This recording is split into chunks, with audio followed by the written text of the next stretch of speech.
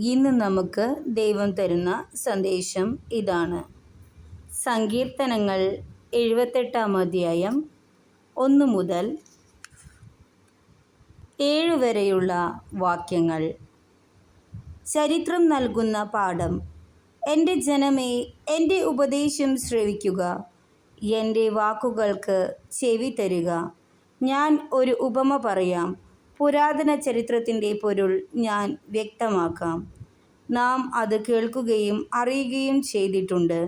പിതാക്കന്മാർ നമ്മോട് പറഞ്ഞിട്ടുമുണ്ട്. അവരുടെ മക്കളിൽ നിന്ന് നാം അത് മറച്ചു വയ്ക്കരുത്.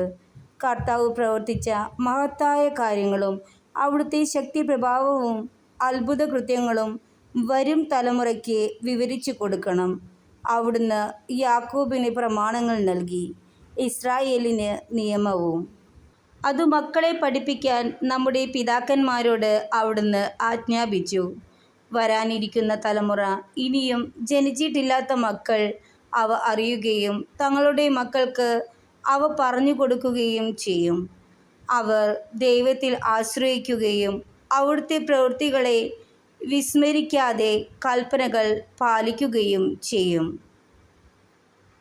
അതെ, നമുക്ക് നമ്മുടെ പുതിയ തലമുറയ്ക്ക് ദൈവത്തിൻ്റെ മഹത്തായ പ്രവൃത്തികളെപ്പറ്റി പറഞ്ഞു കൊടുക്കാം.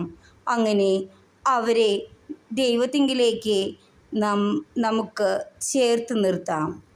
ദൈവം പ്രവർത്തിച്ച മഹത്തായ അത്ഭുതങ്ങളിൽ ഒന്നാണ് കാനായിലെ കല്യാണ വിരുന്നിൽ ദൈവം വെള്ളത്തെ മുന്തിരിനീരായി മാറ്റിയത്.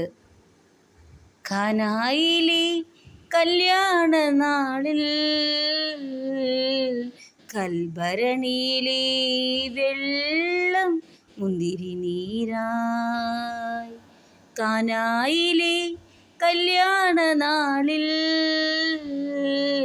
കൽഭരണിയിലെ വെള്ളം മുന്തിരിനീരായി. വിസ്മയഭരിതരായി ലോകമന്ന്, വിസ്മൃതിയിൽ തുടരും ലോകമിന്ന്. മഹിമ കാട്ടി യേശുനാഥൻ. കാനായിലെ കല്യാണ നാളിൽ കൽഭരണിയിലെ വെള്ളം മുന്തിരിനീരായി. കാനായിലെ കല്യാണ നാളിൽ കൽഭരണിയിലെ വെള്ളം മുന്തിരിനീരായി. അതെ, നമ്മുടെ മക്കൾക്ക് നമുക്ക് ദൈവത്തിൻ്റെ മഹത്തായ പ്രവൃത്തികളെപ്പറ്റി, ദൈവത്തിൻ്റെ അത്ഭുതങ്ങളെപ്പറ്റി നമുക്ക് പറഞ്ഞു കൊടുക്കാം.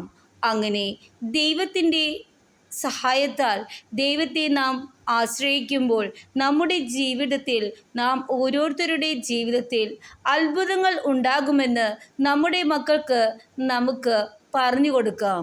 അങ്ങനെ എല്ലാവരുടെയും ജീവിതത്തിൽ അത്ഭുതങ്ങൾ ഉണ്ടാകട്ടെ എന്നും എല്ലാവരുടെ ജീവിതത്തിൽ നല്ല നന്മയും സന്തോഷവും സ്നേഹവും ഉണ്ടാകട്ടെ എന്ന് ആശംസിച്ചു കൊള്ളുന്നു. എല്ലാവർക്കും ഒരു നല്ല ദിവസം നേരുന്നു.